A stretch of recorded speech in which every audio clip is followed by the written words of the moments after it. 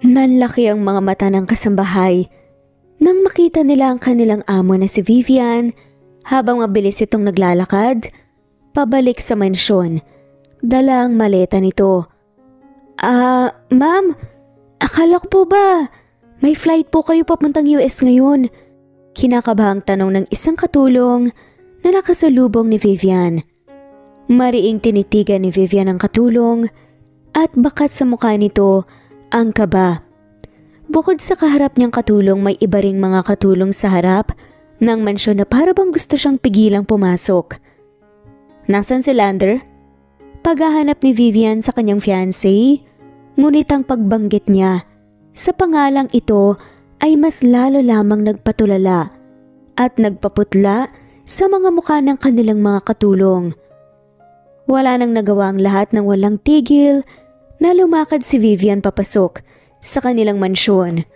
Para bang kusa siyang dinala ng kanyang mga paa patungo sa kwarto nila ng kanyang mabait na fiancé. Ma'am Vivian! Biglang pigil ng katulong na si Berta kay Vivian. Napahinto naman ang dalaga sa paglalakad. Isang malungkot na ngiti ang iginawad ni Vivian sa kanyang pinagkakatiwalaang katulong. Ikaw ang nag-text sa akin, di ba Berta? Marahang tanong ni Vivian. Huwag ka mag-alala. Hindi malalaman ni Lander ni ikaw ang nagsabi sa akin ng kalokohang ginagawa niya. Dagdag pa ni Vivian. Napayo ko lamang si Berta habang nakikinig. Kapag binuksan niyo po ang pinto na yan, hindi niyo na po maibabalik sa dati ang lahat. Malungkot na sabi pa ni Berta. Agad na namuo ang mga luha ni Vivian sa mata dahil sa sinabi ni Berta. Tama si Berta. Sa oras na babuksan niya ang pinto, ang kasalang pinapangarap niya, ang pagmamahal niya sa kanyang fiancé, ang tiwala niya rito, at ang 5 taon nilang pagsasama, lahat ito, guguho. Dahan-dahang binuksan ni Vivian ang pinto, gamit ang kanyang spare key, nang hindi gumagawa ng kung anumang ingay. Sa maliit na awang ng pinto, ay para bang nakita ni Vivian ang aktwal na pagguho ng kanyang mundo. Sa ibabaw ng malambot na kamang tinutulugan nilang magkatabi tuwing gabi, ay nadatnan niya ang kababuyan ng kanyang fiancé at ang sekretarya nito. Sa puntong yun, walang luhang tumulo sa mga mata ni Vivian. Sa halip, napuno siya ng galit at puot. Ma'am, saan po kayo pupunta? Taka at nag-aalalang tanong ni Berta nang magsimulang mag-marcha paalis si Vivian. Tutuloy ako papuntang US. Sabihan mo ang lahat ng mga katulong na wag sasabihin na bumalik ako. Pakibura na rin ang CCTV footage kung saan huli na sila sa akto. Walang emosyong saad ni Vivian bago tuluyang umalis. Durog na durog si Vivian habang bumibiyahe papuntang US. Pakiramdam niya, hindi niya na kaya pang harapin si Lander at sa tuwing makikita niya ito ay maaalala niya ang kababuyang nasaksihan niya hindi lamang sa personal, kundi pati na rin sa CCTV in detailed. Pagkatapos ng mahabang biyahe, sa wakas narating na rin ni Vivian ang kanyang destinasyon. Nakatayo siya sa labas ng isang engrandeng gate. Napalunok na lamang si Vivian. Pakiramdam niya ay isa siyang sisiw na gustong pasukin ng lungga ng isang mabangis na leon. Maya-maya pa biglang iniluwan ng gate ang isang matipunong binata na parabang hindi pa masayang makita si Vivian dahil sa walang emosyon nitong muka. Brandon. Kabadong wika ni Vivian bago muling napalunok ng sarili niyang laway. Tinitigan ni Brandon ang fiancé ng kanyang kapatid at ibang-iba na sa dati nitong imahe. Para bang galing ito sa kung saang kagubatan dahil sa gulo ng itsura nito. Anong ginagawa mo dito sa US? Seryosong tanong ni Brandon. Sagot naman ni Vivian, pakasalan mo ko. Walang alinlangan na sambit ni Vivian bago napapikit. Ano? Nasisiraan ka na ba? Inis na sagot ni Brandon. Wala akong oras para makipaglokohan sa'yo, Vivian. Pumunta ka ng kondo mo at magpahinga. Walang emosyong dagdag ni Brandon at isasara na sana niya ang gate ngunit natigil siya dahil kay Vivian. Si Lander. He cheated on me. Bahagyang kumunot ang noo ni Brandon habang nakalingon sa dalagang umiiyak na ngayon. Kilala niya si Vivian at alam niya kung gaano ito kabaliw kay Lander. Alam niyang hindi ito gagawa ng kung ano-anong kwento tungkol sa kanya na nasa Pilipinas. Habang wala akong ibang ginawa kundi ang magtrabaho at magsikap na maging perpekto para sa kanya, nakita ko siya nakikipaglampungan lang pala sa sekretarya niya. Nakakadiri. Nandidiri ako sa sarili ko dahil niyayakap ko tuwing matulog ang ganong kababoy ng lalaki. Ang kapatid mo, Brandon. Dagdag ni Vivian. Tuluyan niya nang nabitawan ng hawak niyang maleta sa pag-iyak. At gusto mo akong gamitin para gumanti. Alam mo namang hindi kami okay, di ba? Mariing tanong ng kapatid ng fiancé niyang si Brandon. Gusto mo bang guluhin ang buong pamilya namin? Mabilis na humakbang si Brandon palapit kay Vivian. Dahilan upang halos hindi makahinga si Vivian dahil sa lapit ni Brandon. Nahihibang ka na ba? Muling tanong ni Brandon. Inangat ni Vivian ang kanyang tingin upang makita ang mukha ni Brandon. Oo, nahihibang na ako, Brandon. At gusto kong gumanti sa kapatid mo. Gusto kong iparamdam sa kanyang betrayal na naramdaman ko. Habang mariin na natitigan, ang dalawa hindi maiwasan ni Vivian na mapalunok ng sarili niyang laway. Sino ba naman kasi ang hindi kakabahan sa presensya ng isang Brandon Sandoval?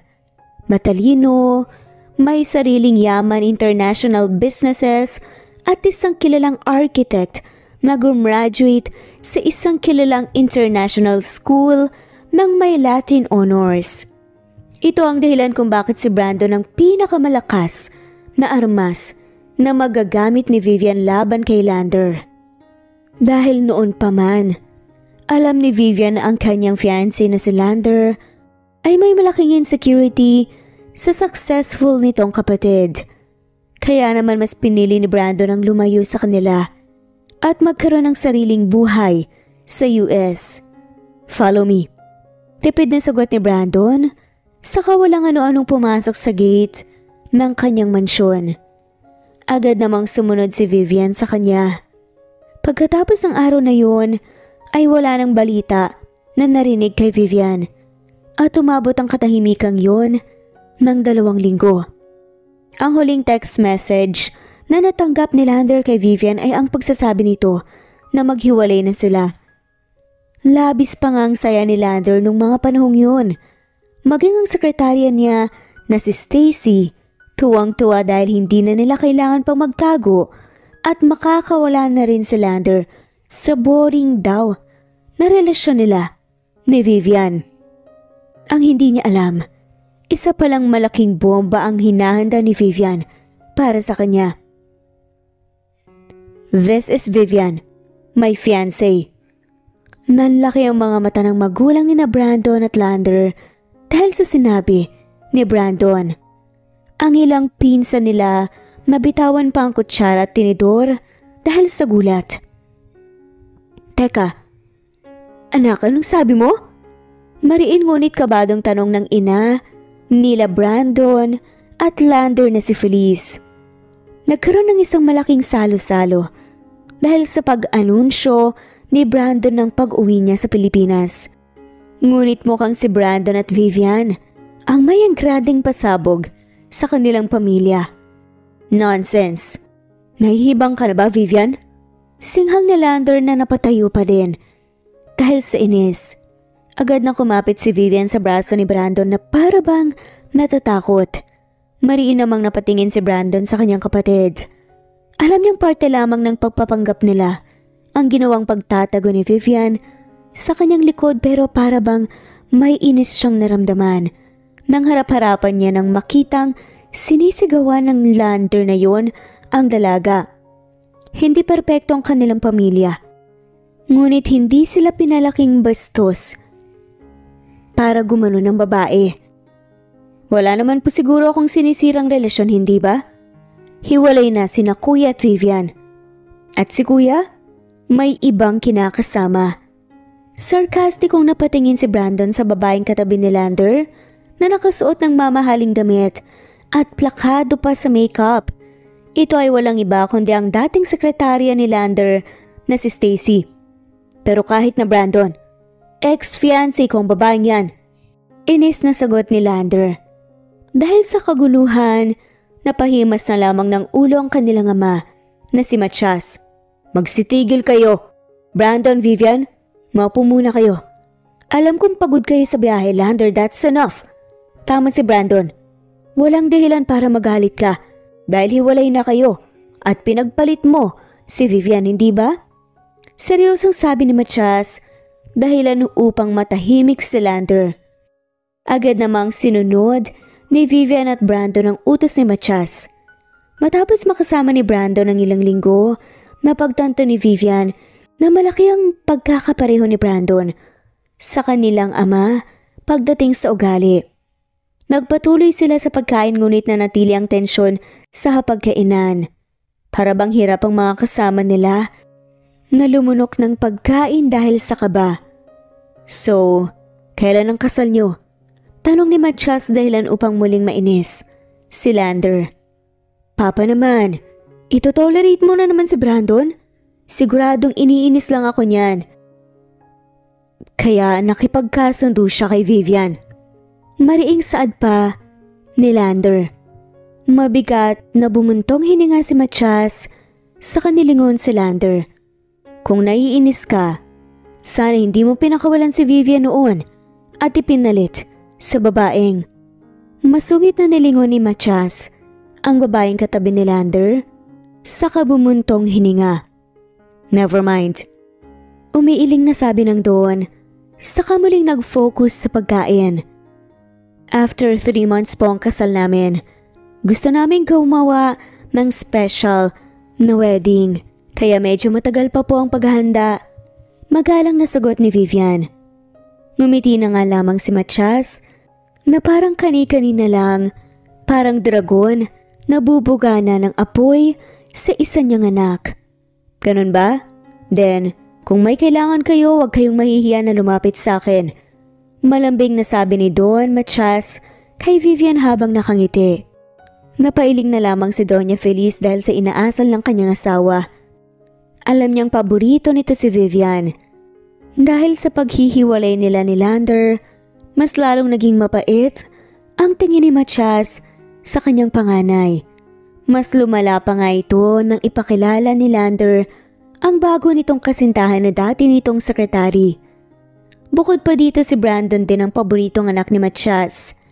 Kaya naman alam ni Feliz na nag-uumapaw sa saya ang kanyang asawa ngayong nasa harapan niya ang dalawang taong paborito niya.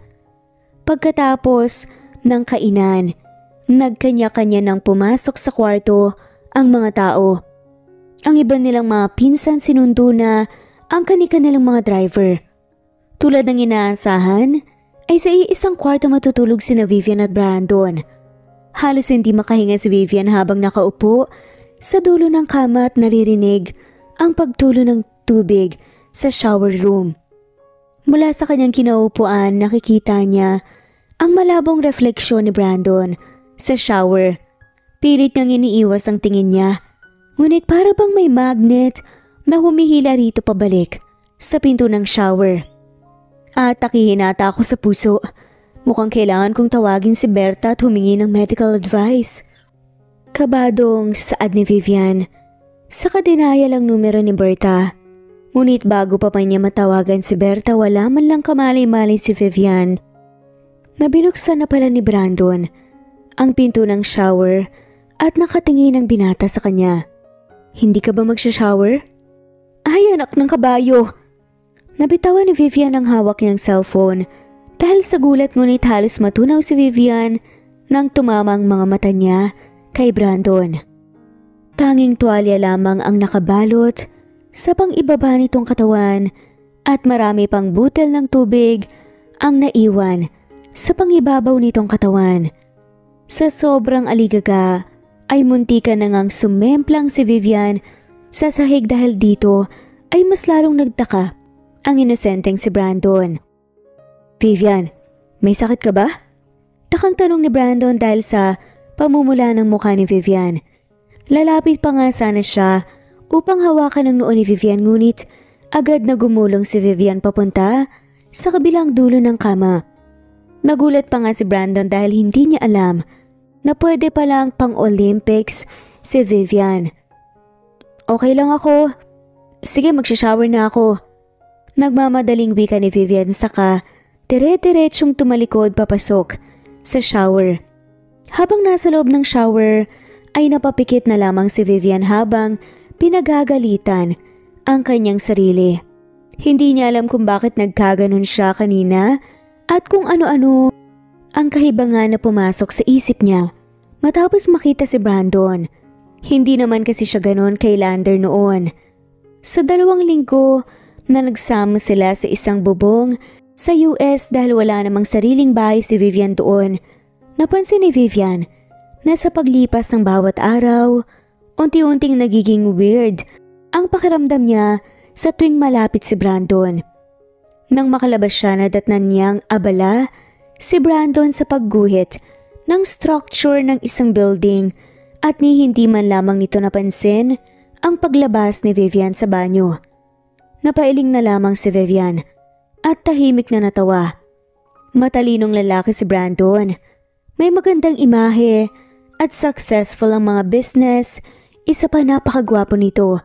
Noong una natakot si Vivian na baka mahulog ang loob niya kay Brandon ngunit buti na lamang at mukhang malabo yung mangyari dahil sigurado siyang hindi magkaka-interes si Brandon sa kanya. Tanging trabaho at negosyo lang kasi ang inaatupag nito. Mauna na ako matulog Wika ni Vivian sa kanahiga sa kama. Sandali muna niyang pinagmasdan ang binata. Dahil dito napatingin na rin si Brandon sa kanya. May problema ba? Tanong ni Brandon. Wala naman. Pero curious ako, Brandon. Bakit nagtatrabaho ka pa bilang architect kahit may mga negosyo ka na? Hindi ka ba napapagod? Napatingin naman si Brandon sa kanyang ginagawa. Nag-aalinlangan kung sasagutin niya ba ang tanong ni Vivian o hindi. Actually, ito na ang huli at pinakamalaking project ko. Sagot ni Brandon.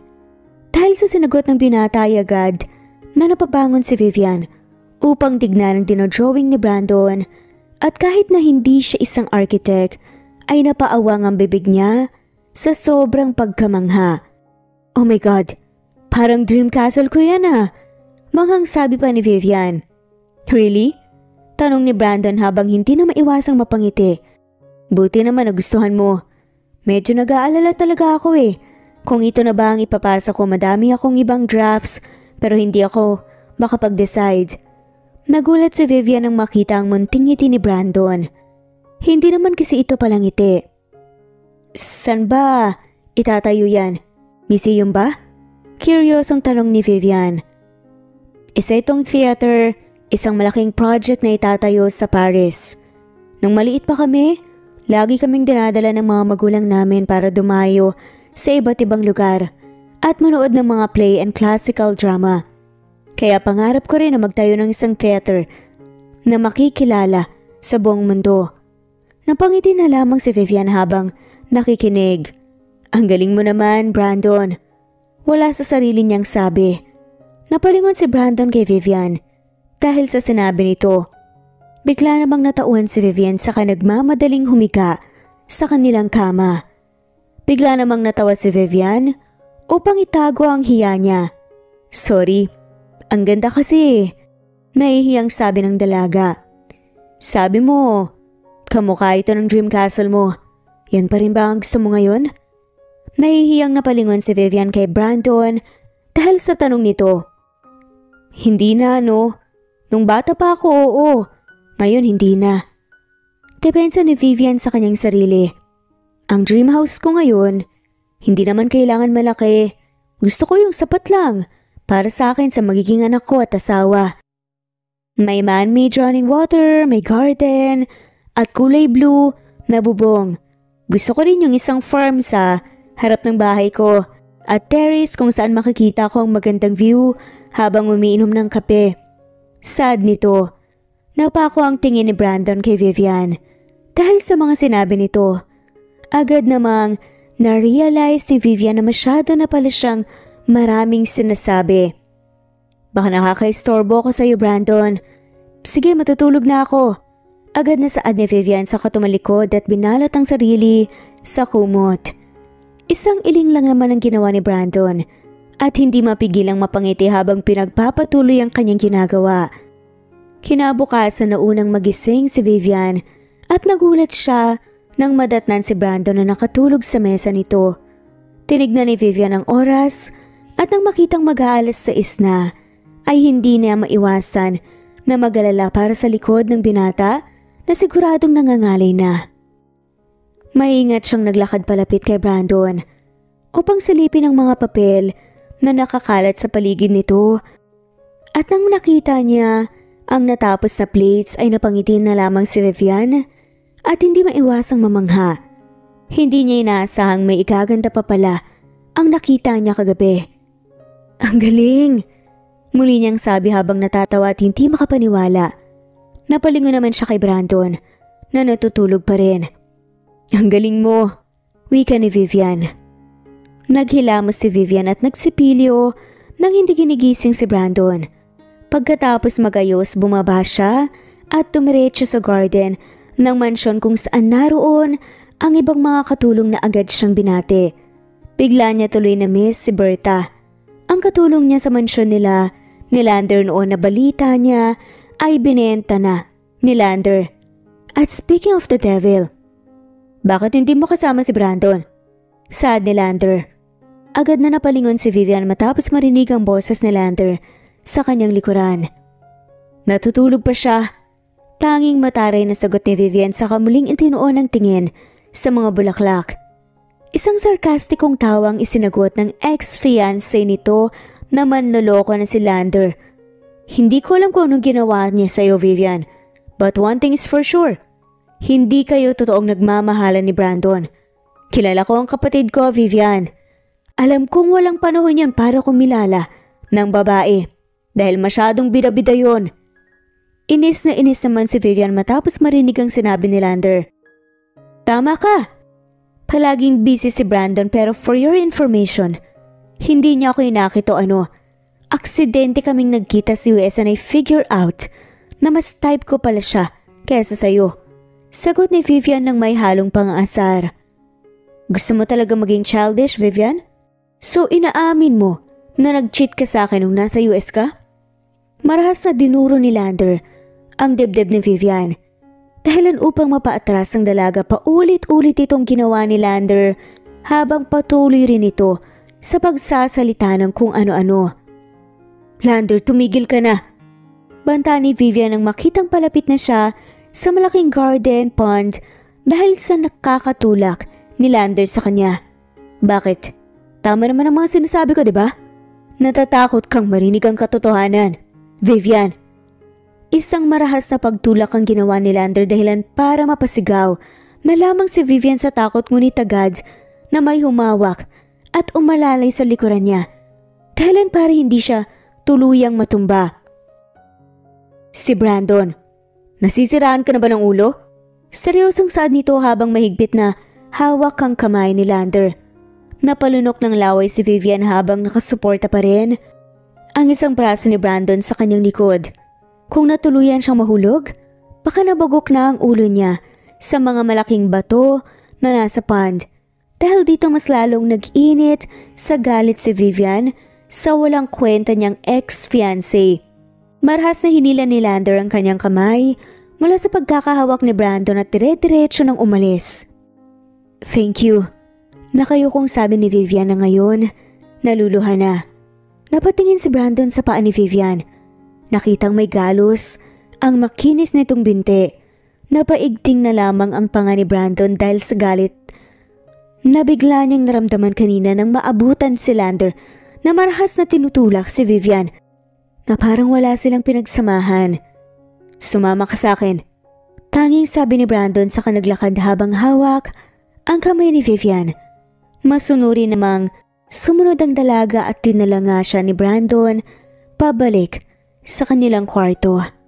Agad nitong hinalungkat ang first aid kit upang hanapin ang mga kailangan niya upang magamot ang sugat ni Vivian sa paa. Maliit lang naman to. Hindi ko nga naramdaman eh. Natatawang sabi ni Vivian. Napasilip na lamang siya kay Brandon dahil napakaseryoso nito ngayon. Huwag ka nang lalabas dito sa mansyon nang hindi mo ko kasama. Seryosong sagot ni Brandon. Saka diretsyong lumuhod upang linisin ang sugat ni Vivian. Teka, kaya ko na. Nahihiyang sabit naman ni Vivian ngunit masungit lamang siyang tinitigan ni Brandon. Kaya mo? Kung hindi ako dumating kanina, baka ulo mo basag na. Inis na sagot pa ng binata. Napayo ko na lamang si Vivian dahil tama naman ang sinabi ni Brandon. Ngunit hindi rin naman inaasahan ni Vivian ang nangyari. Noon naman kasi hindi siya nagagawang pagbuhatan ni Lander ng kamay o itulak-tulak man lang, kagaya ng nangyari kanina. Gusto mong gumanti sa kanya, pero kung ngayon pa lang ganito na ang nangyari, baka mas mabuti nang tumigil ka na. Hindi mo alam kung ano ang kayang gawin ni Kuya. Sermon ni Brandon habang nilalagyan ng betadine ang sugat ni Vivian. Taka namang napatingin si Vivian kay Brandon matapos marinig ang sinabi nito. Bakit may ginawa ba siya sa'yo noon? Tanong ni Vivian ngunit umiwas lamang si Brandon ang tingin sa kanya. Huwag mo nang alamin. Masungit na sagot ni Brandon saka nagpatuloy sa paglilinis ng sugat ni Vivian. Pagkatapos malinis ang sugat ni Vivian, bumaba naman sila para magalmusal na para bang walang nangyari. Hindi pa naaalis sa isip ni Vivian ang pag-uusap nila ni Brandon kanina. At habang nakatingin kay Lander, ewan niya ba kung bakit patay na patay siya rito dati. Grabe ka namang makatingin. Nanghihinayang ka na ba? Masungit na sambit ni Stacy kay Vivian nang mahuli niyang nakatitig ito kay Lander. Napaangat ng tingin ang magkapatid matapos marinig ang saad ni Stacy. Napangiti pa nga si Lander na para bang natuwa pa sa sinabi ng mataray na nobya. Nagpapantasya na naman siya. Pulong naman ang isang katulong na narinig naman ni na Vivian at Brandon. Bumuntong hininga si Vivian bago sumagot. Nagre-reflect lang ako sa mga maling nagawa ko, Stacy. Sarcastic kong sabi ni Vivian, saka muling tinitigan si Lander. Agad namang nainsulto ang dalawa dahil sa ginawa ni Vivian. Kung makapagsalita ka, akala mo naman ang linis mo. Ikaw nga tong tumuhog sa magkapatid eh. Sagot ni Stacy. Tumawa ng sarcastic si Vivian. Eh ikaw, anong tinuhog mo? Boss mo na may fiancé? Nanlaki ang mga mata ni Stacy dahil sa sinabi ni Vivian. Napalingon siya kay Lander na para bang naghahanap ng kakampi ngunit umiwas lamang ito ng tingin sa kanya. Nanghihinayang ka lang eh. Sagot na lamang ni Stacy na parang bata. Marahas na tinusok ni Vivian ng tinidor ang hotdog na ulam niya dahil sa gigil kay Stacy. Bakit naman ako manghihinayang? Kung ikukumpara ang mga kasintahan nating dalawa, mas gwapo tong sakin. Mas malayong matino pa. Rebata naman ni Vivian sabay kapit sa braso ni Brandon. Sabay na muntikan ng mabiliukan sina Brandon at Lander dahil sa sinabi ni Vivian. Napatingin si Brandon sa kamay ni Vivian na nakahawak sa kanyang braso habang tinatago ang pamumula ng kanyang pisngi. Alam niyang hindi ganito makipag-away si Vivian, ngunit mukhang gusto lamang nitong inisin si Stacy. Gayunpaman hindi alam ni Brandon kung bakit ang bilis ng tibok ng puso niya. Just stop, okay? Kumain na lang tayo. Inis na saad naman ni Lander habang nakatingin kay Stacy. Pagkatapos nilang mag-almusal, nagulat na lamang sila nang biglang dumating ang ama ng magkapatid at nagmamadali itong kunin sina Vivian at Brandon upang isama sa kanilang azucarera o farm ng mga tubo. Tumagal rin ng ilang oras ang biyahe. Pagkarating nila ay agad sila nitong pinasyal sa paligid. Sa tingin niyo ba, kaya niyong i-manage ito kapag ikinasal na kayo? Nanlaki ang mga mata ni Vivian matapos marinig ang sabi ni Matias. at agad na napalingon kay Brandon. Wala naman kasi talaga sa plano nila ang magsama pagkatapos ng kanilang kasal. Lilipad rin sila sana patungong US at magkakanya-kanyang buhay. After 2 years, magdi-divorce din sila. Itong buong farm ang ireregalo ko sa inyo kapag ikinasal kayo. Masayang wika ni Don Matias sa kanyang mga kasama. Bigay niyo lang po kay Kuya at kay Stacy. Balak po kasi naming bumalik ng US pagkatapos ng kasal. Wika ni Brandon na agad namang hindi sinang-ayunan ni Matias. Kung hindi sa'yo, wag na lang. Sad pa nga nito. Napalunok naman si Vivian dahil ramdam niya ang pagiging seryoso ng boses ni Brandon. Alam niyang hahantong ang usapan sa pagtatalo ng magama. Malalim na buntong hininga si Brandon. Anak niyo rin po si Kuya. Napaiwas na lamang ng tingin si Vivian na para bang wala siyang naririnig. Tama naman kasi si Brandon. Noon pa man, kitang-kita ni Vivian ang favoritism na siyang nagpapalala sa alitan ng magkapatid. Mukha lamang mabait si Matias sa kanila, pero kapag na-disappoint ito, kaya nitong baliwalain kahit ang sarili niyang kadugo. Nang biglang mag-walkout si Brandon ay agad siyang sinundan ni Vivian. Maya-maya pa ay bigla na lamang napahinto si Brandon sa paglalakad. Gusto ko munang mapag-isa. Walang emosyong sabi ni Brandon. Okay, malungkot na sagot naman ni Vivian at hindi na sumunod pa. Buong maghapon na naiwang mag-isa si Vivian at pakain-kain na lamang ng mga prutas na nasa farm rin. Ilang trabahador na rin ang napadaan at bumate sa kanya ngunit may isang napahinto upang magpahinga. Ining, madilim na ang langit. Umalis na rin si Don Matias. Nasaan na ba si Sir Brandon? Bakit iniwan ka lang mag-isa? Tanong ng isang matandang babae. Pabalik na po yun. May nangyari po kanini. Gusto niya raw pong mapag-isa. Nakangiting sagot ni Vivian. Mag-isa? Madilim na. Nagtatakang tanong na matanda na siyang nagpakunot ng noo ni Vivian. Po? Bakit po? May problema po ba kung madilim na? Agad tumango ang matanda bilang sagot sa tanong niya. Hindi mo ba alam na may phobia si Sir sa dilim? Alam ng lahat yan dito sa farm. Dati kasi nag-away sila ng kuya niya. Kinulong siya sa isang basement ng mag-isa. Isang araw bago siya mahanap dahil may trabahador na nakarinig sa ingay niya. Takot na takot siya. Simula nun ayaw na ni Sir sa mga madilim kasi parang na-trauma siya. Agad na napatayo si Vivian matapos marinig ang kwento ng matanda. Kinabahan siya para kay Brandon. Agad siyang nagpasama rito upang mahanap si Brandon. Tinawag rin nila ang ilan pang mga trabahador na nasa labas upang tumulong. Ngunit sa laki ng lupain, hindi ito naging madali. Ma'am, wala po dun eh. Wika ng isang trabahador. Napasa po na lamang si Vivian sa kanyang ulo dahil hindi pa rin nila mahanap si Brandon. Hindi siya makakampante hanggang sa hindi niya nakikita ang binata lalo na at ngayon lamang niya nalaman ang isang importanteng impormasyon tungkol sa binata. Maya-maya pa, isang trabahador na pasipol-sipol ang dumating habang nilalaro ang isang susi sa kanyang kamay. Jude, saan ka galing? Tulungan mo kaming hanapin si Sir Brandon, sabi ng isang trabahador. Galing ako sa lumang bodega. Nilak ko lang kasi baka pasukin na naman ang kung ano-anong mga hayop. Matapos marinig ang sinabi ni Jude, agad siyang hinila ni Vivian patungo sa sinasabi nitong lumang bodega. Dalhin mo ko doon. Utos ni Vivian saka pinaliwanag kay Jude ang nangyayari. Dahil sa nalaman ay tarantaring iginiya ni Jude si Vivian papunta sa bodegang tinutukoy niya. Nagmamadali nila itong binuksan at hindi pa man tuluyang nabubuksan ang pinto ay isiniksik na ni Vivian ang sarili niya para lang makapasok kaagad. Brandon! Agad na napatakbo si Vivian palapit kay Brandon na nakaupo lamang sa isang gilid at puno ng pawis.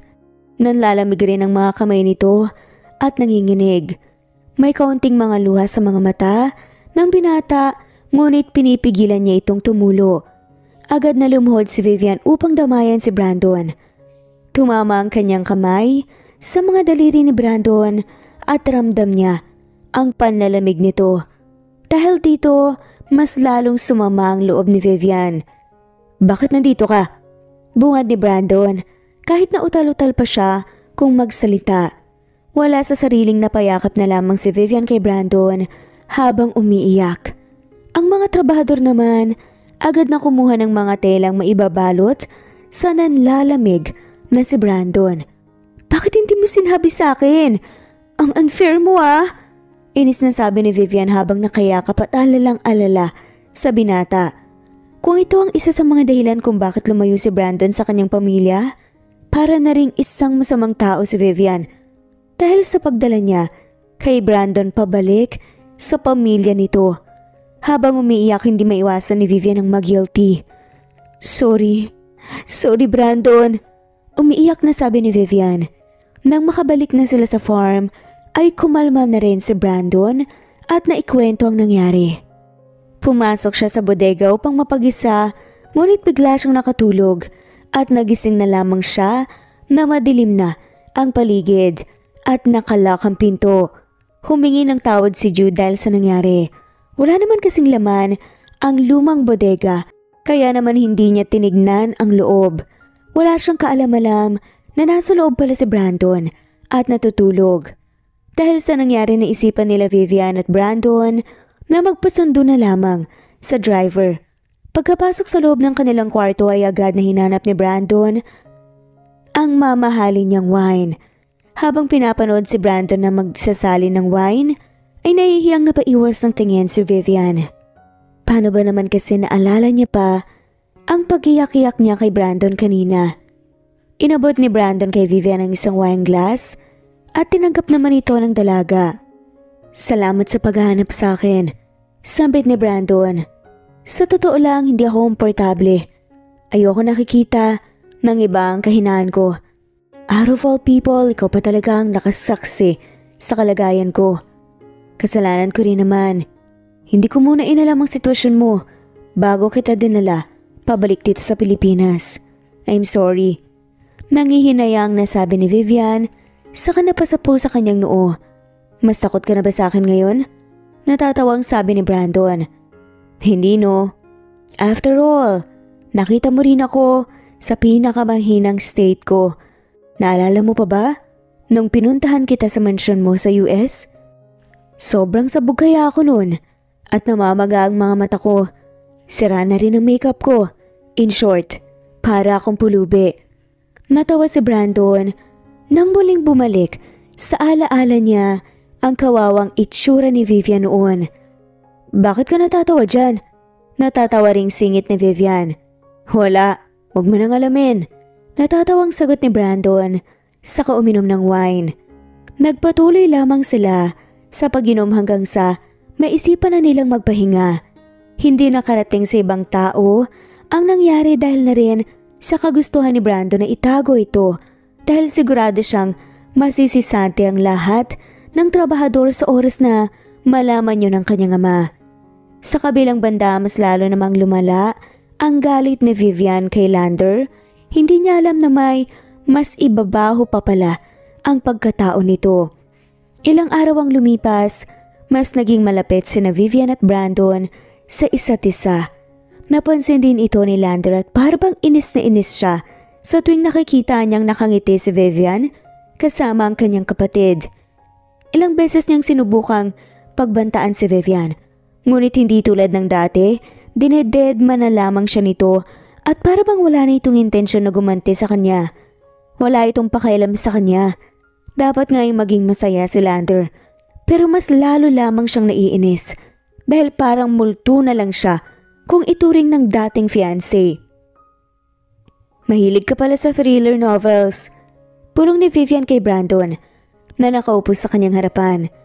Kasalukuyan silang nasa library na meron ring mini cafe.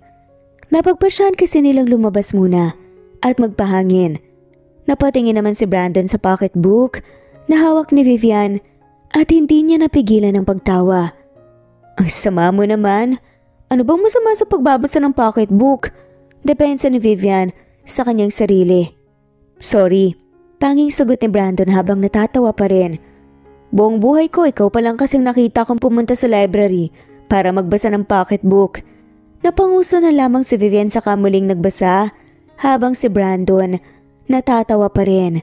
Sa huli, maging si Vivian natawa na lang dahil hindi makapag-focus si Brandon sa kanyang binabasa. Pagkatapos nilang magkape, ay naisipan naman nilang maglakad-lakad sa mall. Napansin ko nitong mga nakaraang araw, hindi mo na iniinis sina Kuya at Stacy ah. Biglang tanong ni Brandon na siyang bumasag sa katahimikan nila. Kahit naman wala akong gawin, maiinis sila sa akin. Saka, nawalan na ako ng gana. Napag-isipan ko na ang childish ng gusto ko at dinamay pa kita. Kaso yun na nga, nandito na tayo. Kaya, hintayin na lang natin ang kasal. Pagkatapos nun babalik tayo sa US at babalik na rin sa dati mong buhay. Promise, hindi ko na talaga guguluhin ang buhay mo. Hindi agad sumagot si Brandon sa sinabi ni Vivian. Malalim na napaisip ang binata. Napatingin naman si Vivian kay Brandon. Para kasing may gusto itong sabihin pero hindi naman niya magawa. Maya-maya pa, halos mapabalikwas sa gulat nang biglang lumitaw ang isang batang babae sa kanyang harapan. Ate, kuya, naliligaw po ako. Deklara ng bata. Nagkatinginan naman sina Brandon at Vivian. Hindi kasi nila alam kung pinagtitripan lamang ba sila ng bata dahil hindi ito umiiyak kahit na sinabi nitong naliligaw siya. Sino bang kasama mong pumunta dito sa mall? Anong pangalan mo? Mahinahong tanong ni Vivian. My name is Apple. I am 4 years old. Confident na sabi ng bata. Natawa naman si Vivian dahil sa kakyutan ng bata. Parehong napalingon sina Brandon at Vivian sa paligid sa pag-asang makikita nila kagad ang nawawalang ina ng bata. Ngunit dahil sa dami ng tao sa mall mukhang malabo itong matagpuan sa simpleng paghahanap lamang. Okay lang ba sa'yo na sumama sa amin? Pupunta tayo doon sa assistance desk para matulungan nila tayong hanapin ang mommy mo. Marahang tanong ni Vivian. Napatingin naman ang bata sa kanilang dalawa. Ngunit mas tumagal ang tingin niya kay Brandon. Napaiwas na lang tuluyan ang tingin ang binata dahil baka mukha siyang nakakatakot sa paningin ng isang inosenteng si Apple. Okay po, sagot ni Apple sa kainayos ang dala nitong backpack. Habang naglalakad ay hawak-hawak ni Vivian ang kamay ni Apple. Panay rin sila sa pagkukwentuhan para naman hindi mabagot ang bata samantalang nakasunod lang naman si Brandon sa kanila at nakikinig. Hindi ko alam na expert ka pala sa mga bata. Wika ni Brandon kay Vivian. Napangiti naman ang dalaga. Oo, may mga pamangkin kasi ako na iniiwan sa akin minsan. Maya-maya pa napatigil si Apple sa harapan ng escalator dahilan upang mapalingon sina Vivian at Brandon sa kanya. Takot po ako! Nahihiyang saad ni Apple. Agad naman silang gumilid upang hindi harangan ang ibang tao na paakyat. Si Brandon naman napaluhod upang pantayan ang tangkad ni Apple. Okay lang ba sa'yo na kargahin kita paakyat? Napangiti naman si Vivian nang lingunin siya ni Apple. Tumango ang dalaga na parabang sinisigurado nitong magiging okay si Apple kay Brandon. Okay po! Inosenteng sagot ni Apple sa kabinuksan ng kanyang mga braso para magpakarga.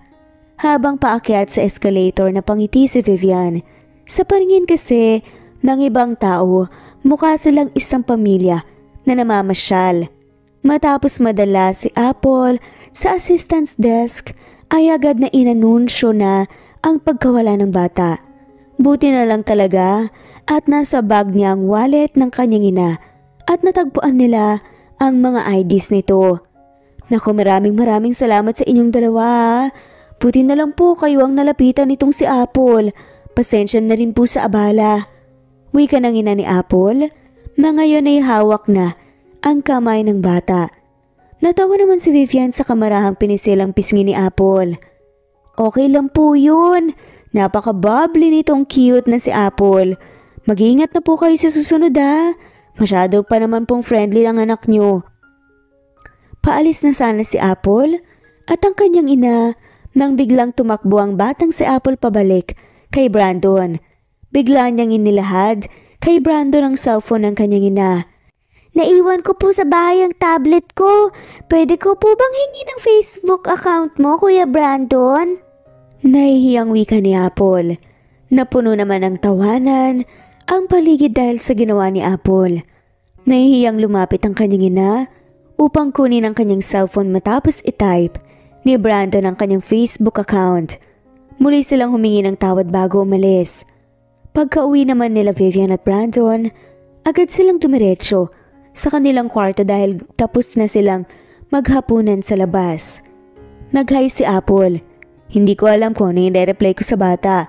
Biglang sabi ni Brandon sa kay pinakita kay Vivian ang screen ng kanyang cellphone. Kasalukuyan silang nakahiga sa kanilang kama at nagpapahinga habang nagsa-cellphone. Para itong isa ng normal na gabi sa kanila na walang masyadong ganap. Tamang higa lamang habang nagsa-cellphone. Dahil sa sinabi ni Brandon, excited namang lumapit si Vivian. Nang silipin ni Vivian ang screen ng cellphone ni Brandon, hindi niya namalayang masyado na pala siyang malapit sa binata. Napangiti si Vivian dahil sa cute na sticker na sinend ni Apple kay Brandon. Replyan mo na lang ng hello tsaka kamustahin mo. Natatawang sabi ni Vivian. Ginawa naman ni Brandon ang sinabi ni Vivian habang nananatili pa rin sila sa ganoong posisyon. Ang kwartong pareho nilang tinutulugan tuwing gabi na puno ng mga tawanan at masasayang usapan dahil sa kakyutan nang na-meet nilang batang si Apple na masigla silang ina-update sa mga cute nitong pictures. Habang natatawa na pakamot na lamang si Brandon sa kanyang ulo nang biglang may na-realize. Sa dami ng mga importanteng taong nakausap ko, related sa mga trabaho at negosyo, hindi ko alam na sa bata pa pala ako kakabahan. Natatawang sabi ni Brandon kay Vivian. Bakit hindi ba pumasok sa isip mo ang magkaanak kahit na minsan? Takang tanong ni Vivian habang nakatingin pa rin sa mga pictures na sinend ni Apple habang gumagawa ito ng kanyang assignment. Ang cute-cute talaga ni Apple. Sana kung magkakanak man ako balang araw, maging kamukha niya. Dagdag pa ni Vivian. Napalingon naman si Brandon kay Vivian na inosenteng tinitigan ang mga litrato ni Apple. Isang ngiti ang tumakas mula sa labi ni Brandon. Hindi niya mawari kung bakit nakakatuwang pag-usapan ito kasama si Vivian. Sa daming ng taong nangungulit sa kanya noon at puro tanong kung kailan siya magkakaanak at mag-aasawa, ngayon lamang nakaramdam ng tuwa si Brandon imbes na inis. Habang halos silang sentimetro lang ang layo ni Vivian sa kanya, ramdam ni Brandon sa kanyang sarili ang mga bagay na noon man hindi niya naranasan. Sa kanyang paningin para bang kay Vivian lamang nakafocus ang kanyang mundo. At ang bilis ng tibok ng kanyang puso ang siyang nagsasabi kay Brandon na sa puntong yon sigurado na siya sa kanyang nararamdaman. Wala sa sariling inayos ni Brandon ang buhok ni Vivian na tumatakip sa mukha nito. Dahil dito gulat namang napalingon si Vivian sa binata. Dahil dito niya na-realize na nakadikit na pala siya sa katawan ni Brandon. Habang nakikiusyoso sa chat nila ni Apple, napalunok na lamang si Vivian ng kanyang laway dahil sa lapit ng mukha niya kay Brandon. Amoy na amoy niya rin ang mabango nitong amoy. Para bang isang tambol ang dibdib ni Vivian dahil sa bilis ang pagtibok ng kanyang puso. Gusto niyang iiwas ang kanyang mga mata kay Brandon, ngunit para bang may kung anong magnet na siyang humihila sa kanyang pabalik sa gwapo nitong muka. Sa pilitan na lamang siyang tumawa upang basagin ang kanilang katahimikan. Kukuha muna ako ng kape sa baba, gusto mo ba? Awkward na sabi ni Vivian sa kagad na lumayo kay Brandon. Sige. Nahihiya namang sagot ni Brandon sa kainiwas ang kanyang tingin upang itago ang pamumula ng kanyang mga pisngi. Pagkatapos makalabas sa kanilang kwarto, agad na napasandal si Vivian sa pinto habang dinadama ang malakas na pagtambol ng kanyang dibdib. Diyos ko, ano ba tong nangyayari sa akin? Tanong ni Vivian sa kanyang sarili habang hawak pa rin ang kanyang dibdib. Gwapo naman si Brandon ah. Talagang gwapo siya. Yun lang siguro yun. Tama, simpleng paghanga lang. Wika ni Vivian sa kanyang sarili sa naglakad pababa sa kusina. Kasalukuyang tulog na ang mga tao at patay na rin ang ilaw. Kaya naman binuksan yun ni Vivian upang magtimpla ng kape. Maya-maya pa, bigla na lamang kusang namatay ang ilaw dahilan upang mapalingon si Vivian sa kanyang likuran. Isang kamay ang agad na tumakip sa kanyang bibig at agad siyang hinila nito papunta sa isang sulok sa kusina. Dahil sa lakas ng impact ay nasaktan pa nga ang likod ni Vivian. Lander, ano pang ginagawa mo? Inis na sabi ni Vivian habang hindi pa rin makagalaw dahil sa pagkakahawak ni Lander sa kanya.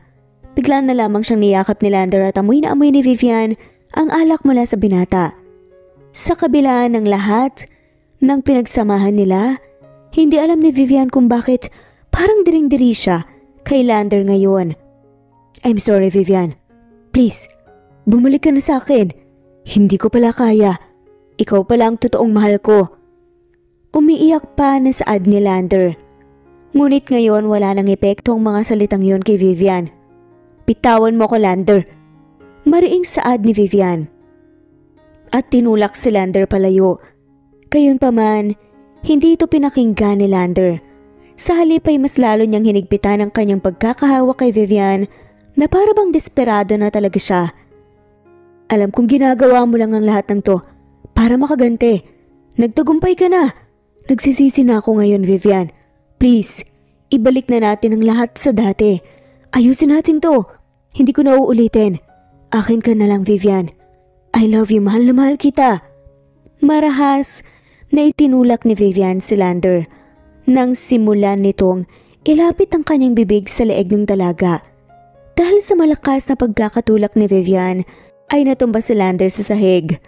Kinamit naman itong pagkakataon ni Vivian upang sana ay makaalis ngunit natigil siya nang biglang may sabihin si Lander. Si Brandon ang dahilan, di ba? May gusto ko na sa kanya, kaya wala ka ng balak bumalik sa akin. Sarcastic kong sabi ni Lander habang nakaupo pa rin sa malamig na sahig. Habang patawa-tawa tumayo naman si Lander. Kilala ko si Brandon.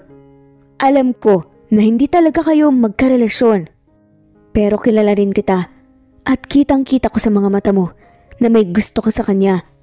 Napalingon naman si Vivian kay Lander. Sa puntong to, talagang punong-puno na siya. Wala ka nang pakialam doon, Lander. Tignan mo nga ang sarili mo ngayon. Imbes na sayangin mo ang oras mo sa panggugulo sa buhay ng kapatid mo, bakit hindi ka nalang magsikap para mas maging matino ang buhay mo? Alam mo, kasalanan mo rin naman talaga kung bakit lagi kang nakukumpara kay Brandon eh. Dahil wala ka talagang ibang ginawa kundi kalokohan. Muling naalala ni Vivian ang katotohanan sa kabila ng phobia ni Brandon sa dilim.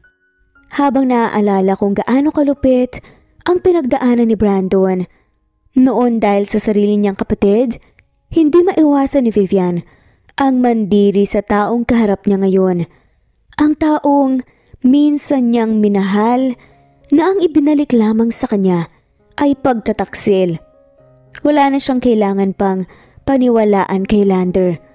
Bata pa lamang ito, wala na itong puso at isa ng tuso. Maging ang sarili nitong kapatid ay nagawa niya ng masama.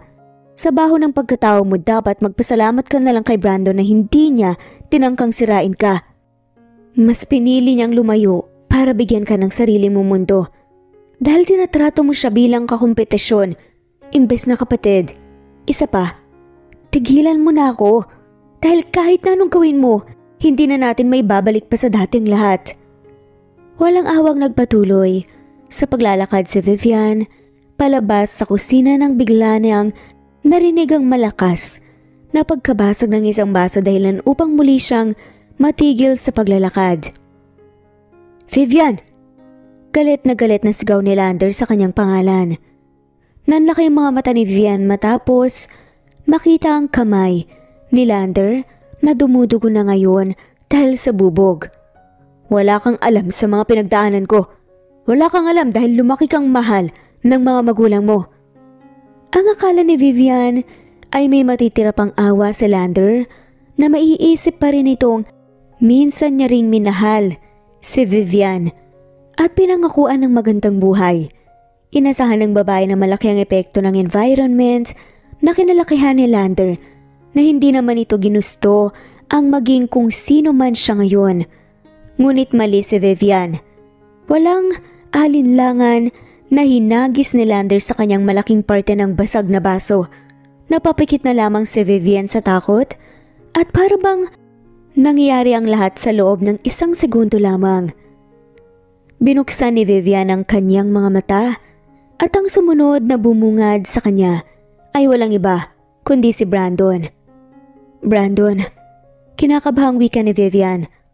Sa kaagad na pinasadahan ng tingin ang katawan ng binatang humarang sa kanya. Napatakip na lamang ng bibig si Viv matapos makita ang kulay pulang mantsa sa damit nito. Nagsidatingan naman ang mga katulong at agad nilang binuksan ang ilaw dahilan upang bumungad sa kanila ang dugo ang balikat ni Brandon. Diyos mio, tulungan niyo si Sir! Napatakip na lamang si Viv ng kanyang bibig nang ma-realize na ang lakas ng pagkakatapon ni Lander sa bubog. Nagkagulo ang buong mansyon dahil sa gabing yun. Agad na ipinatingin si Brandon sa kanilang family doctor upang masiguradong hindi mapapano ang binata dahil sa bubog na tumusok sa kanyang katawan. Galit na galit si Don Matias at agad pinaalis si Lander sa mansyon. Dahil dito, naging tensyonado rin ang hangin sa pagitan ng mag-asawang Feliz at Matias. Habang naghihintay, panay naman ang iyak ni Viv dahil sa pag-aalala. Tumahan ka na, iha. Magagaling ang mga doktor na yon at hindi naman daw malalim ang pagbaon ng bubog. Malumanay na sabi ni Matias kay Viv sa kamarahang tinapik ang balikat ng dalaga. Ang ina naman ni Brandon na si Feliz masamang tinignan si Viv. Nakasuot ito ng roba at mukhang mahimbing ang tulog kanina. Hayaan mo siyang umiyak at magsisi, Matias. Total, kasalanan niya rin naman kung bakit nagkakagulo ang anak natin. Napakaraming lalaki sa mundo, Viv. Bakit si Brandon pa talaga? Mahal mo ba talaga si Brandon? O sinasadya mo lang siyang akitin para makaganti kay Lander? Hindi na nakasagot pa si Viv dahil sa sinabi ni Feliz. Para itong isang kutsilyo na bumuon sa malalim niyang katawan. Hindi akalain ni Viv na ganoong klaseng tao ang minahal niya noon. Na ang taong nadadamay dahil sa kagustuhan ni Viv na paghihigante ay si Brandon. Na noon pa man, mas pinili na sanang umiwas at maging payapa ang buhay. Galit na galit si Viv sa kanyang sarili dahil sa pagdadala kay Brandon, pabalik sa kanilang mansyon at sa pagtutuos ng landas ng magkapatid dahil sa kanya. Siya ang nagdala kay Brandon sa sitwasyong to. Feliz, bakit si Viv ang sinisisi mo? Sino bang nagpalaki kay Lander? Hindi ba't ikaw? Kung hindi mo ginawang spoiled ang batang yan, napalaki mo sana ng maayos, edi sana walang ganitong nangyayari ngayon. Hindi na ako sigurado kung tao pa ba ang anak kong yun o isang halimaw. Sigaw naman ni Matias. Isang malutong na sampalang natanggap ni Matias mula sa kanyang asawa dahil sa sinabi nito. Anak mo pa rin si Lander. At isa pa, kung meron mang nagkulang sa atin, ikaw yun. Dahil si Brandon ang lagi mong pinapaburan at pinapakita mo yun at pinaparamdam kay Lander. Wag na wag mong tatawaging halimaw ang anak ko, Matias. Napatakip na lamang ng mukha si Viv at nagpatuloy sa pagiyak habang patuloy pa ring nag-aaway ang mag-asawa sa kanyang harapan. Habang siya sobrang nag-aalala. Sa huli pinagpatuloy nila ang kanilang away sa opisina kung saan napuno rin ng ingay ng mga babasaging gamit at marahas na sigawan.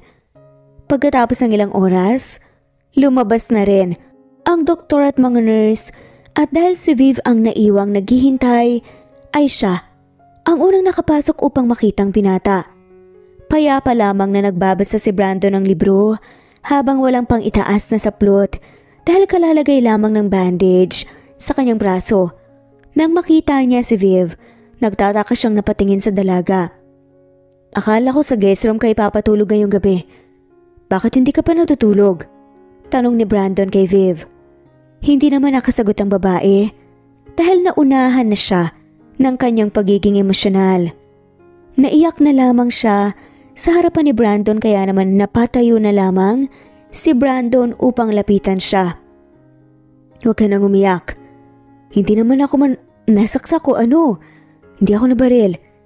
Hindi malalim ang bubog at sugat. Malumanay na sabi ni Brandon. Sorry Brandon. Tanging sabi na lamang ni Vivian dahilan upang yakapin na lamang siya ng lalaki. Wala kang kasalanan. Maliit na sugat lang to. Kung sa'yo tumama ang bubog na yon, mas malala pa ang mangyayari. Malambing na sagot naman ni Brandon habang pilit na pinapatahan at pinapakalma si Vivian. Nang kumalma na ang dalaga ay agad nilang inayos ang kwarto dahil may mga naiwan pang alikabok sa paligid dala ng pagpasok ng mga tao kanina.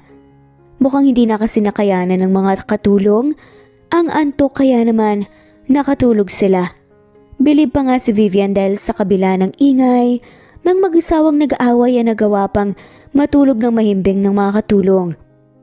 Iwan mo na ang mga yan. Sila manang na ang maglilinis bukas. Kalmadong sabi ni Brandon habang pinapanood si Vivian na nagwawalis. Hindi pwede. Sabi ng doktor dapat lagi raw malinis tong kwarto mo dahil baka ma-impeksyon ang sugat mo. Pagpupumilit naman ni Vivian. Napailing na lamang si Brandon sa kanatawa dahil mukhang hindi niya napipigilan si Vivian. Napalingon naman ang binata sa orasan at nakitang mag-alas 3 na ng umaga at hindi pa rin natutulog si Vivian. Bakas na rin ang pagod sa mukha nito dahil sa kaiiyak. Hindi na rin naman nagtagal si Vivian sa pagwawalis at naghanda na rin siya sa kanyang paglipat sa kabilang kwarto ngunit bago pa man siya umalis ay natigil muna dahil sa pagtawag ni Brandon. Vivian, sandali! Mabilis na lumakad si Brandon palapit sa dalaga at agad niyang hinawakan ang isang kamay ni Vivian. Ang isa kasing kamay ni Vivian ay may kargang mga damit na siyang gagamitin ng dalaga pagkatapos mag-shower sa tutulugan niyang guest room. Mabilis na hinila ni Brandon si Vivian palapit sa kanya at agad na siniil ng halik. Nagulat naman sa ginawa ni Brandon, hindi naman tinangka ni Vivian na pigilan ng binata. Nagpaubaya lamang siya dito na para bang nawala na ang lahat ng lakas sa kanyang katawan. Para bang uhaw na uhaw sila sa isa't isa at matagal lang nagpipigil. Sa huli tuluyan nang nabitawan ni Vivian ang kanyang mga hawak upang isabit ang kanyang mga kamay sa leg ni Brandon. Walang Vivian na natulog sa guest room ng gabing yun. Kinabukasan hiyang-hiya pa ang dalawa habang kinakarga ng mga trabahador ang mesang nasira nila. Napatikim si Matias. Naiilang naman ito. Si Phyllis naman namumula ang mga pisngi habang halos hindi makatingin kina Brandon at Vivian. Hindi ko alam ang pinaggagawa niyo pero pwede namang sa kama Brandon.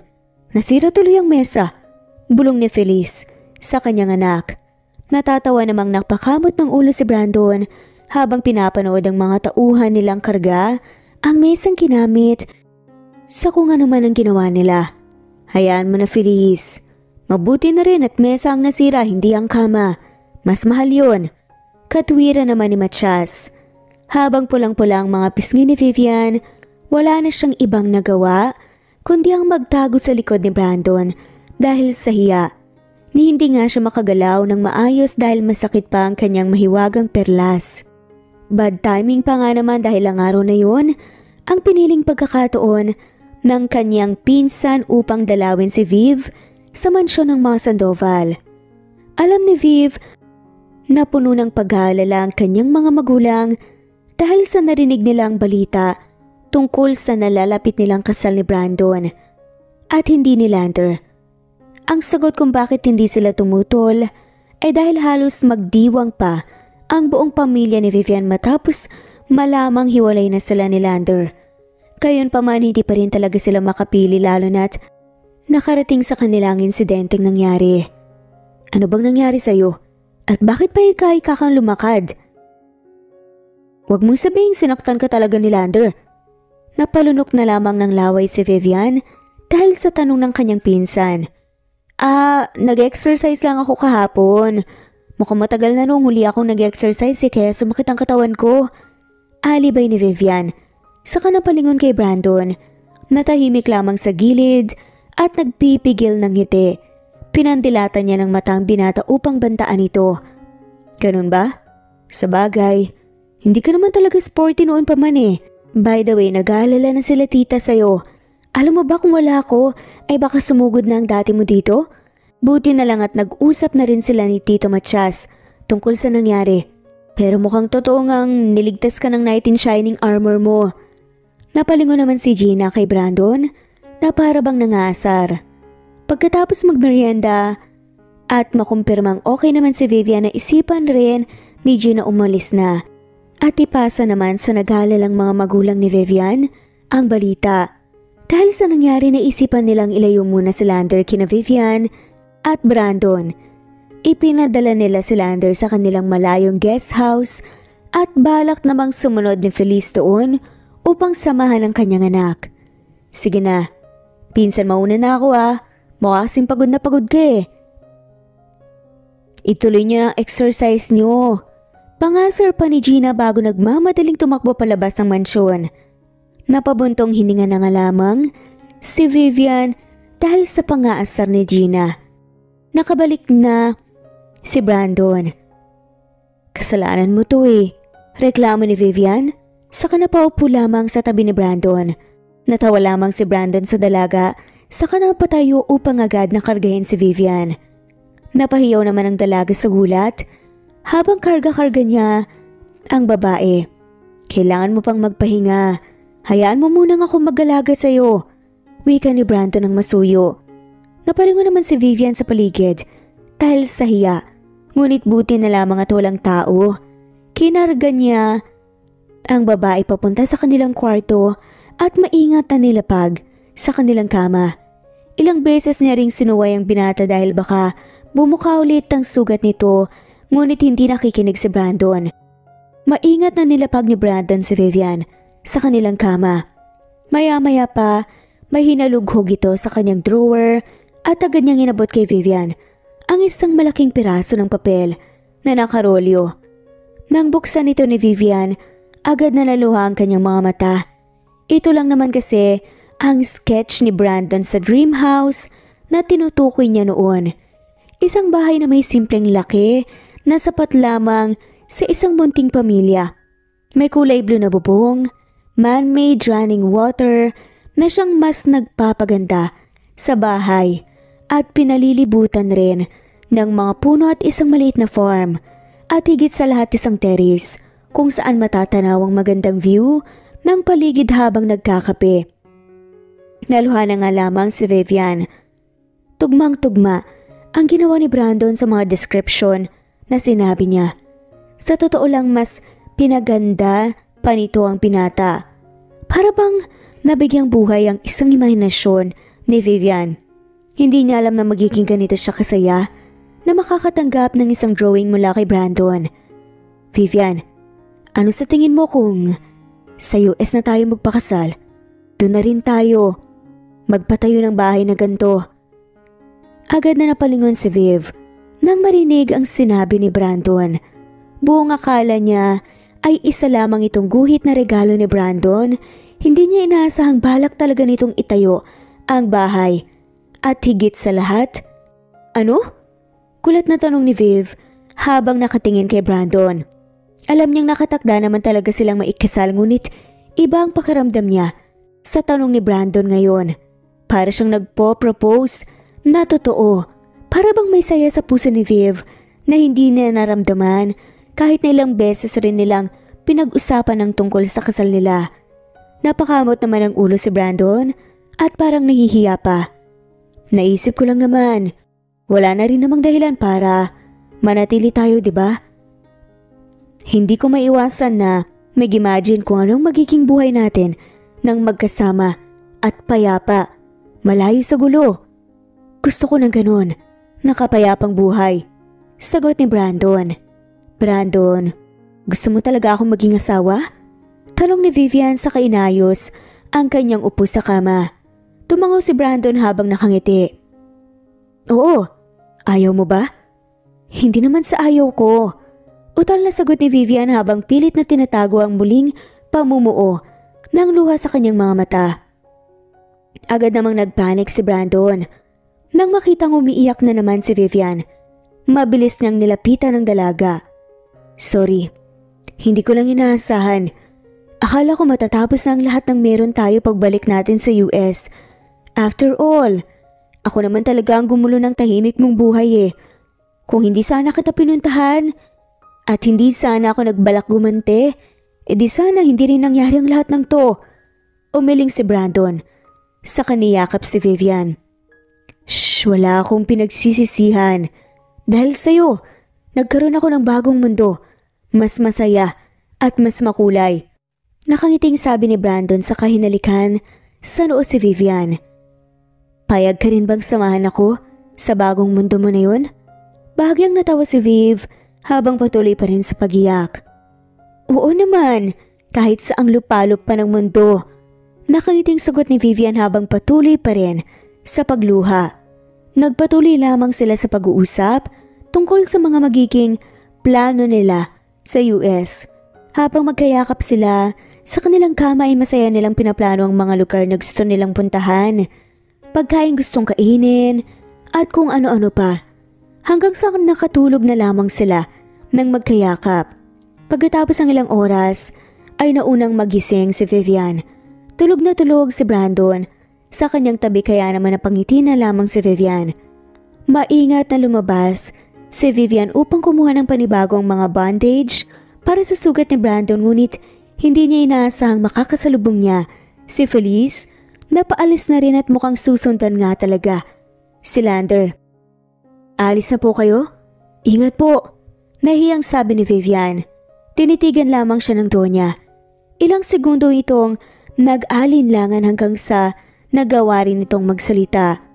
I'm sorry, Viv. Sorry sa mga nasabi ko dati at sorry sa pag-judge ko sa'yo. Wika ng Donya na para bang naiilang pa dahil hindi ito makatingin ng maayos sa kanya. Nabanggit na rin sa akin ni Brandon na gusto niyang tumira sa US kasama ka. Pumayag ka ba? Kinakabahan na tumango si Vivian. Opo, tumango naman ang Donya, saka umiwas ang tingin. Ibinalik mo dito si Brandon, pero ikaw rin pala ang kukuha sa kanya paalis. Dahil sa sinabi ni Feliz, ay agad kinabahan. Si Vivian, akala niya may mga bibitawan na naman itong masasamang salita, ngunit nagkamali siya. Malalim na huminga. Si Feliz, hindi ako nagpakaina kay Brandon. Simula pa man nun. Alam kong pansin mo yun. Lahat ng to, nangyari hindi dahil sa'yo kundi dahil sa mga pagkukulang namin ni Matias. Sa pamamahay na to, kami ni Lander ang mahina.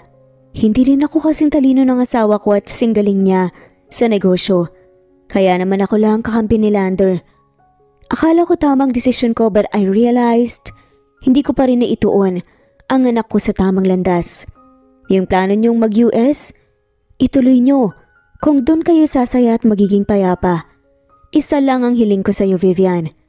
Napalunok naman si Vivian habang inaabangan ang susunod na sasabihin ni Feliz. Maging masaya kayo ni Brandon. At sana ibigay mo sa kanya ang pagmamahal na hindi ko na ibigay noon. Pagkatapos magsalita ng Donya, ay dire-diretso itong umalis habang hila-hila ang kanyang maleta. Habang nakatayo naman si Vivian, hindi niya maiwasan mapangiti habang umiiyak. Isang tipid ngunit genuine na ngiti ang iniwan ni Feliz kay Vivian bago ito tuluyang pumasok ng kotse. Nagpatuloy naman si Vivian sa pagkuha ng mga bagong bandage. Pagkatapos ng nangyari, mabilis na umusbong ang panahon para kina Brandon at Vivian.